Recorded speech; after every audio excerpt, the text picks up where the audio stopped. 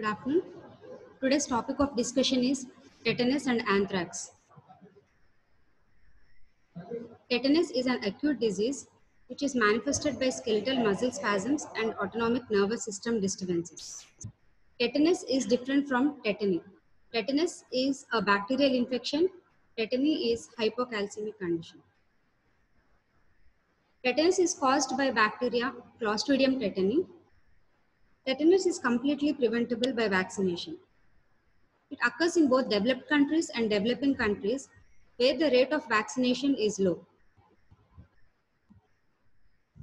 Tetanus definition by CDC, Center for Disease Control, is defined as an acute illness with muscle spasms or hypotonia in the absence of other more likely diagnosis.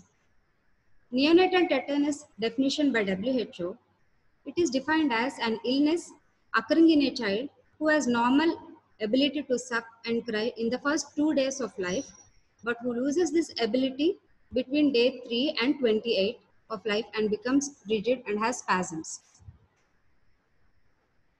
Maternal tetanus is defined by WHO as tetanus occurring during pregnancy or within 6 weeks of conclusion of pregnancy, whether with childbirth or miscarriage or abortion. Etiology, it is caused by organism Clostridium tetani. Clostridium tetani is a gram-positive spore-forming bacilli. It is anaerobic organism, that is oxygen is toxic to it. During unfavorable conditions, this bacilli form spores. Spores are highly resilient. They resist boiling and many other disinfectants. These spores, they survive in the deeper layers of the soil. Spores and bacilli survive in the intestinal systems of many animals. Spores or bacteria enter the body through abrasion, wounds, cuts, or deeper injuries or open fractures. And through these abrasions or wounds, they gain access into the human body. When the favorable conditions are present, these organisms grow and multiply, and they release a toxin called as tetanospasmin. Tetanospasmin is highly potent toxin. Its minimal lethal dose is 2.5 nanograms per day per kg. In 20 to 30% of the patients, no puncture wound entry is found. Most common site of infection in adults is superficial abrasions over the limbs. Deeper infections, they are associated with more severe disease and poor outcome. Deeper infections like open fracture, abortions, or drug injections. Causes of neonatal tetanus: poor practice while delivery, inadequate umbilical cord care, cord cut with grass, or cow dung which is applied to the umbilical stump. And even in certain parts of the world, circumcision which is practiced in neonates and ear piercing, all these are risk factors for neonatal tetanus. Epidemiology is rare in developed world where the rate of vaccination is high. Other risk factors for tetanus are incompletely vaccinated or unvaccinated individuals. In persons more than 60 years of age, in older individuals, the antibody levels decrease over time, so they are at high risk to develop tetanus. People who inject drugs, particularly those injecting heroin, are at high risk. This bacilli produce a toxin called as tetanospasmin, and its structure and mode of action are similar to botulinum. But tetanus toxin undergoes retrograde transportation intraaxonally, whereas this botulinum toxin acts at the neuromuscular junction. This toxin is produced as a single protein, 150 kilodaltons. It consists of two chains, heavy chain and light chain. Heavy chain helps in attaching to specific membrane components in the presynaptic alpha motor neuron terminals. Carboxy terminal of the heavy chain binds to specific membrane components in the presynaptic alpha motor nerve terminals. And after binding to the specific protons, uh, specific proteins, they gain access into the nerve. And after internalization into the nerves, they're transported in a retrograde fashion intraaxonally, and they reach the motor nuclei of the cranial nerves and ventral horns of the spinal cord. This tetanus toxin is transported in a carefully regulated pH neutral environment. This toxin escapes the degradation by the lysosomes and it reaches the cell bodies, and from there it crosses the synapse to reach the GABAergic presynaptic inhibitory neuron. There, now this light chain comes into action. It has this enzymatic activity. It cleaves vesicle associated membrane protein BAM2 MP2 molecule. Function of this BAMP2 molecule is to release the inhibitory neurotransmitter GABA. But this tetanus toxin, the lighter chain, it cleaves this molecule. So there is no release of this GABA. So blockage of inhibitory interneuron discharge occurs. This leads to unregulated activity in the motor nervous system. Similar activity also takes place in the autonomic nervous system, and the characteristic features of muscle spasms and ANS disturbances sets in. Circulating catecholamine levels in tetanus are increased and they are associated with cardiovascular instability leading to death. Recovery of tetanus takes several weeks. It takes around 4 to 6 weeks.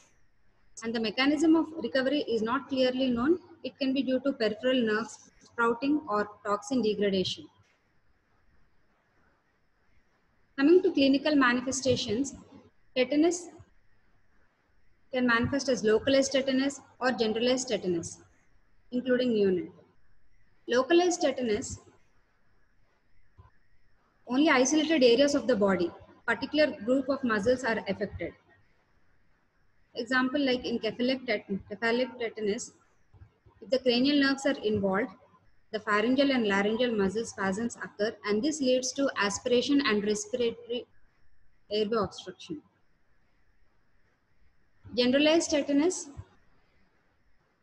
In generalized tetanus, initially patients present with symptoms like myalgias, lower backache, muscle soreness. Later, after period of 48 to 72 hours, generalized muscle spasms sets in. Laryngeal muscle spasms occur most commonly than other group of muscles like in earlier part. Due to shorter distance, toxin must travel up to motor neurons. The muscles of the face and jaw are affected first. Most common initial symptoms are trismus, lockjaw, muscle pain and stiffness, back pain and difficulty in swallowing. Neonatal tetanus, they initially present with difficulty in sucking and cry. As the disease progresses, muscle spasms develop and laryngeal muscles are involved early. Spasms of the respiratory muscles results in respiratory failure, and so ventilatory support is mandatory. Without ventilatory support, death occurs in tetanus. Sometimes spasms can be so strong that they can produce tendon avulsions and crush fractures, but this is rare. This is the image showing neonatal tetanus. All the extensor muscles underwent spasm, and this is like opisthotonous posture. All the extensor muscles are in spasm. Initially, death is due to respiratory failure, but in second week, ANS disturbances will be maximum and death occurs due to cardiovascular instability. Blood pressure is labile. It can be high, low, and the heart rate can be high or low. Sometimes episodes of bradycardia and heart block also can occur. ANS involvement is seen by increased sweating, increased tracheal secretions, increased gastrointestinal secretions and gastrointestinal stasis, and acute renal failure. Prognosis is based on two time frames, incubation period and period of onset.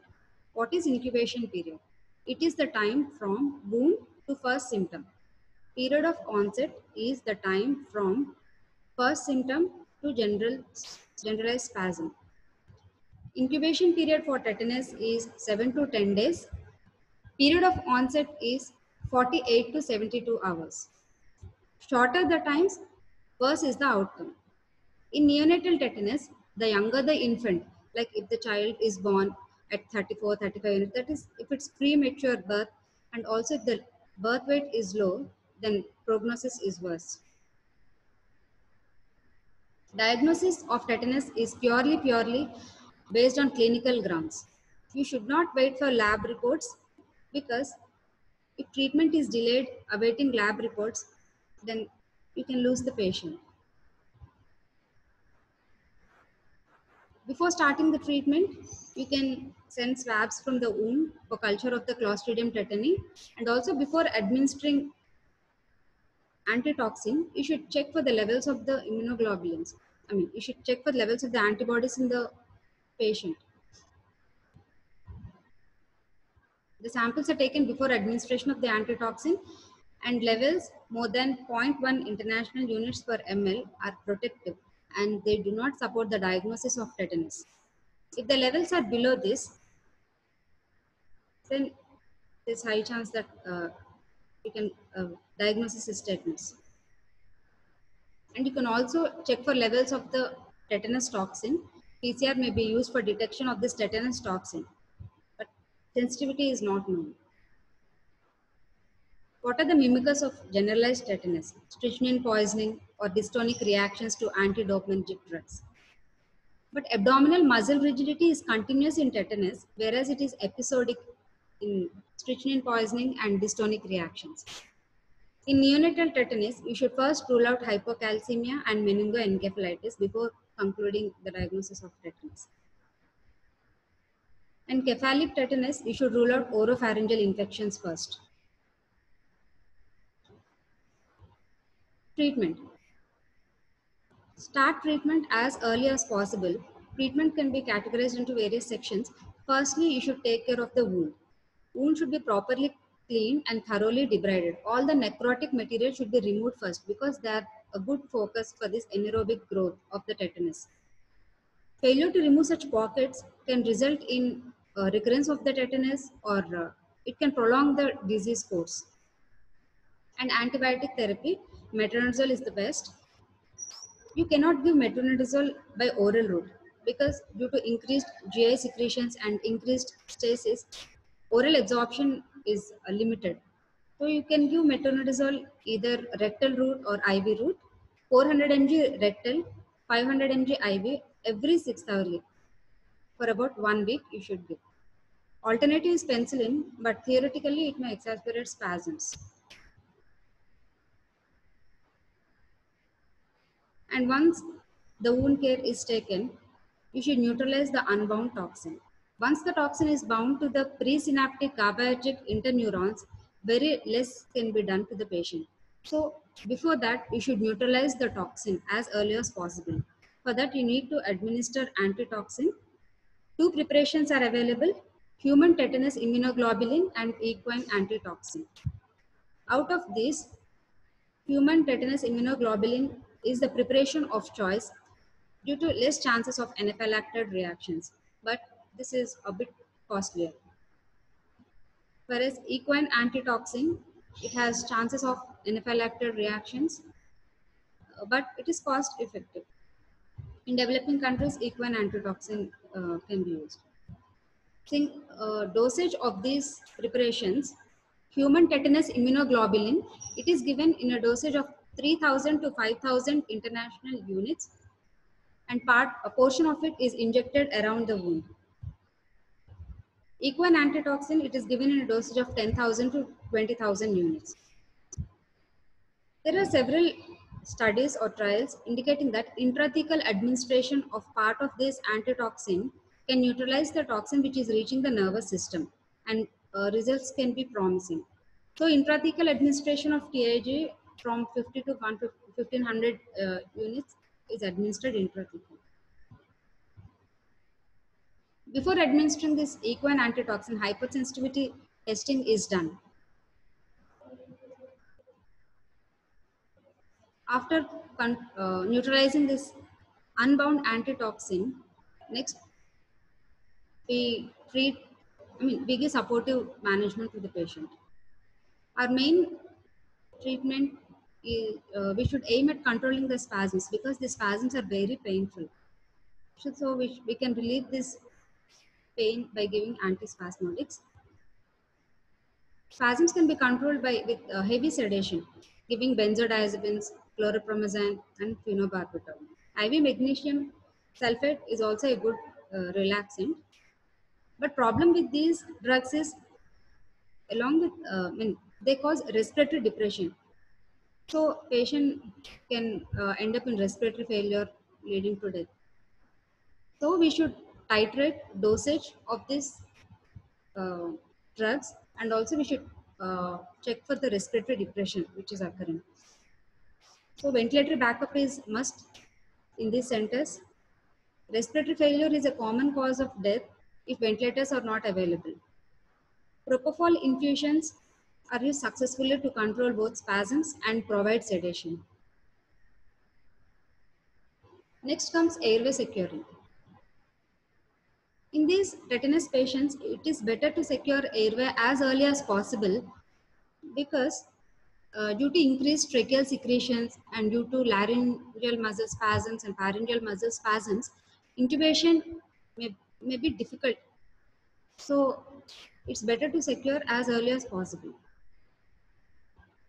And securing the airway can be either with tracheostomy or endotracheal intubation.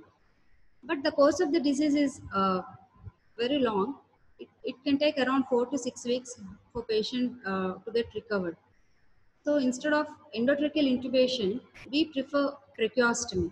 So establishing a secure airway early in the tetanus, usually method of choice is tracheostomy. And main thing is, while treating the patient, you should keep the patient in a silent, dark, quiet room because even the small triggers of light, sound can trigger spasms.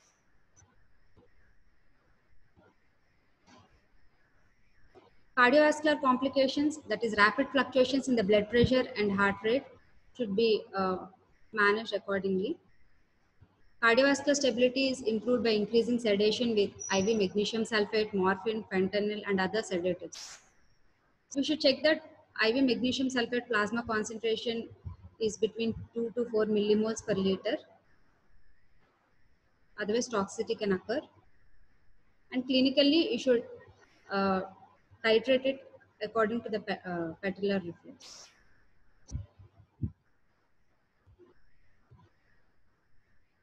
For managing cardiovascular complications, drugs acting specifically on the cardiovascular system like esmolol, calcium channel antagonist, and inotropes may be used. Short-acting drugs that allow rapid titration are preferred. Care should be taken when longer-acting drugs are administered because they are associated with hypotensive cardiac arrest. So short-acting drugs are preferred over long-acting drugs. Other complications, as the patient is bedridden, you can get this bed sores and deep vein thrombosis. So you should go for stockings and also blood thinners. And thrombophlebitis is associated with diazepam injections. So you should take care of those lines. And central line infections and ventilator associated pneumonias are also common, and septicemia. So other supportive management should be focused. In some centers, prophylaxis against DVT and thromboembolism is routine. Recovery may take around 4 to 6 weeks. Patients must be given a full primary course of immunization. As tetanus toxin is poorly immunogenic and the immune response following natural infection is inadequate, so we should tell this patient, we should give full primary course of immunization to this patient. Generally, recovery is complete until unless patient had these periods of hypoventilation which have been prolonged or other complications have occurred. Until unless, if all these are ruled out, then recovery is typically complete. Neurological sequel is usually seen in neonatal tetanus and in children having tetanus. Neonates are increased risk of learning disabilities, behavioral problems, cerebral palsy, and deafness. These are sequel. Poor prognostic factors in neonates. If the child is born prematurely, if younger the age of the infant, more is the risk. And low birth weight and the grass which is used to cut the cord, delay in the hospital admission and the incubation period less than 6 days, and fever on admission. These are the poor prognostic factors in neonatal tetanus. In adult tetanus, clinically heart rate more than 150 beats per minute and systolic blood pressure more than 140, severe disease or spasms, and high temperature, temperature more than 38.5 degrees. These are clinically poor prognostic factors. And age of the individual. Individuals more than 70 years of age are at high risk because they'll be having other comorbid conditions like diabetes, hypertension. So they're at high risk. And time frames. Shorter the incubation period, shorter the period of onset, poor is the outcome. And also if the entry site is burn site or post-surgery IV or puerperal sites, then prognosis is worse. Tetanus prophylaxis in wound management. First, a patient comes to you with some wounds. You should assess the wound. Is it a clean minor wound or it is some contaminated wound, contaminated with dirt, feces, saliva or soil, or is it some puncture wound or avulsions or wounds resulting from flying objects or crushing objects, animal bites, burns, frostbites. So you should categorize the patient whether it is clean minor wound or other types of wounds. If it is a clean minor wound, you should ask the patient whether he has completed primary tetanus diphtheria series or not. The answer can be yes, no, or unknown. If the answer is no or unknown, then you should immediately administer the vaccine then and there and instruct the patient to complete the series as per age appropriate schedule. But if the answer is yes, you should ask him, was there like, is it within 10 years or more than 10 years? If it's within 10 years of vaccination, then you need not vaccinate him now. The patient should receive next dose at 10-year interval after the last dose. But if the time is more than 10 years back he has taken that vaccine, then you should immediately administer the vaccine and tell him to receive next dose as per the age appropriate schedule. Coming to this part, if the wound is contaminated with dirt, feces, or if it's some puncture wound or deep wounds, avulsions, crushed wounds, animal bites, frost bites, etc., then you should ask the patient whether he has completed his vaccination or not. If the answer is no or unknown, then along with vaccine, you should also administer antitoxin. But if he has completed this vaccination, we should ask, was the most recent dose within 5 years? And yes, then you need not vaccinate. That patient should receive next vaccine at 10-year interval from the last dose.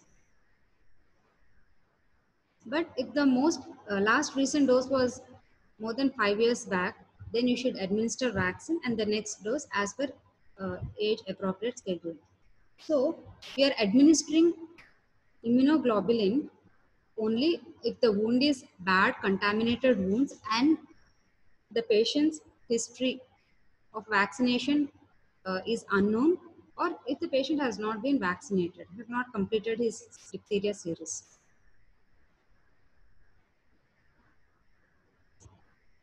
Tetanus can be prevented by vaccination, by good wound care. In neonates, use of safe, clean delivery and cord care practices as well as maternal vaccination can prevent. WHO guidelines for tetanus vaccination are primary course of 3 doses in infancy. During infant period at 6 weeks, 10 weeks, 14 weeks, you should give 3 doses and boosters should be given at 4 to 7 years age and 12 to 15 years of age. and one booster every 10 years. But as per CDC, an additional dose should be given at 15 to 18 months of age. WHO recommendations for pregnant women. All pregnant women should receive at least 2 doses of vaccination. Both doses should be by 4 weeks apart. Interval should be given. In every pregnancy, you are supposed to take vaccination. In high-risk areas, more intensive approach has been successful. All women of childbearing age receive a primary course.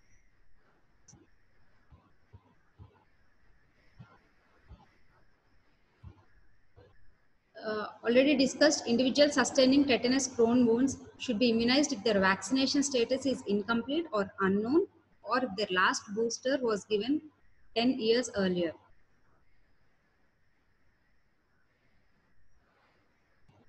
Patients with inadequate vaccine status who sustain wounds not classified as clean or minor should also undergo passive immunization with immunoglobulins. It is recommended that tetanus toxide be given in conjunction with diphtheria toxide in a preparation with or without acellular pertussis. DTaP for children less than 7 years old, TD for 7 to 9 years old, TDAP for children more than 9 years old and adults. Capital D indicates a higher dose of the diphtheria in that vaccine. Small d indicates less dose. This is a schedule of DTaP short for kids at 6 weeks, 10 weeks and 14 weeks, that is 2 months, 4 months, 6 months, and at 15 to 18 months as per CDC. In WHO protocol, you don't have this dose at 15 to 18 months, and boosters at 4 to 6 years and 10 to 12 years and every 10 years. In 1989, World Health Assembly adopted a resolution to eliminate this neonatal tetanus completely by 2000. Definition of elimination is less than 1 case per 1,000 live births. But by 1999, it was achieved in 57 countries. So a deadline was further extended up to 2005. In recent years, 40 countries have achieved maternal and neonatal tetanus elimination, including India. But despite of this relative success, immunization programs should be still continued because there is no herd immunity for tetanus. Clostridium tetani contamination of soil and feces is also widespread. Coming to the next topic, anthrax. This is an endemic zoonosis in many countries, and also for bioterrorism it was used. Causative organism is Bacillus anthracis. This was the first bacterial pathogen which was described, and it's a model for Koch's postulates. This is a gram-positive sporulating bacilli. This can survive for several years in the soil. Infection is commonly acquired from contact with the animals, especially herbivores. Ease of production of the bacterial spores may make this a candidate for biological warfare, that is the bioterrorism. It produces a number of diseases which mediates the clinical picture.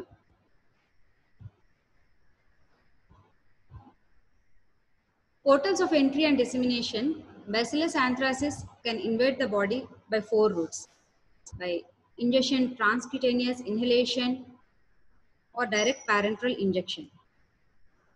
Out of all these, cutaneous anthrax is the vast majority of all types, and invasion through the skin can occur via 2 mechanisms, through skin abrasions or invading hair follicles, but through skin abrasions mostly it gain access into the host.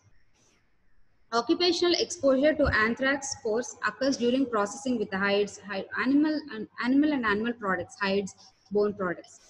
It's a serious problem in Africa, Indian subcontinent, and in the Middle East. Cutaneous anthrax, the spores are introduced under the skin and they become the vegetative forms. and they begin to multiply, and they also produce an antiphagocytic capsule around them. And the exotoxin which is produced, it produces marked edema and tissue necrosis. This is the image showing Ishkar, cutaneous anthrax, and Ishkar with extensive surrounding edema is the hallmark of this cutaneous anthrax. Initially, it develops as a papule over this hemorrhagic background, and there will be severe edema, but pain is infrequent. And later, this papule ruptures, and you get this black Ishkar. Gastrointestinal anthrax. This is caused due to consumption or ingestion of the contaminated and undercooked meat. The bacilli reaches the cecum and they are transported to the mesenteric lymph nodes. Clinically, patients present with fever, anorexia, nausea, vomiting, severe abdominal pain, and bloody diarrhea in 2 to 3 days. Hemorrhagic mesenteric adenitis occur, and severe ascites and septicemia occurs, and toxemia and death can occur rapidly. This is the image showing gastrointestinal anthrax, small bowel necrosis, and necrotizing mesenteric lymphadenitis. Inhalational anthrax. Spores reach the terminal bronchioles and alveoli. They spread to the mediastinal lymph nodes, and they germinate, and they induce hemorrhagic mediastinitis, producing disseminating bacteremia, and death is for sure. Less frequently, inhaled spores can cause nasal, pharyngeal, or laryngeal disease. Primary meningitis, where the portal of entry is most likely the respiratory tract, you get primary meningitis. Airborne anthrax spores more than 5 microns in size pose no threat to the lung. They are either physically trapped in the nasopharynx or cleared by the mucociliary escalator system. Spores between 1 to 5 microns in size are deposited in the alveolar ducts and alveoli. Without rapid and aggressive treatment, mortality is 50 to 90% with inhalational anthrax. Fever, dyspnea, cough, and headache, and sepsis develop after 3 to 14 days. And this is a chest X-ray of inhalational anthrax patient. Widening of the mediastinum and pleural effusion, hemorrhagic pleural effusion is seen. There are blunted CP angles. Other routes of spread, direct injection into the host can occur when contaminated heroin is used.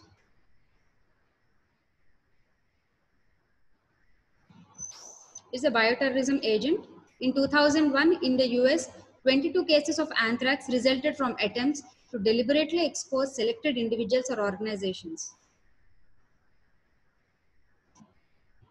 Management of cutaneous anthrax. Bacilli can be cultured from skin swabs, from lesions, and readily curable with early antibiotic administration. Penicillin is best. First, susceptibility is confirmed. Meanwhile, ciprofloxacin 500 mg BD can be given. Once the susceptibility is confirmed, then benzyl penicillin, phenoxymethyl penicillin, aminoglycosides are used. Cutaneous anthrax with concomitant inhaled spores can occur. So, to eradicate those inhaled spores, ciprofloxacin and doxycycline can be given for a period of 2 months. Dosage of ciprofloxacin is 500 mg BD, doxy 100 mg BD. Inhalational anthrax for the ciprofloxacin and clindamycin are given for 14 days, and this is followed by eradication therapy, like to eradicate the spores. And monoclonal antibodies can be added for systemic infections. Prophylaxis recommended for anyone at high risk for inhalational exposure to anthrax spores. Ciprofloxacin 500 mg BD for 2 months, and 3 doses of anthrax vaccine adsorbed can be given. Thank you.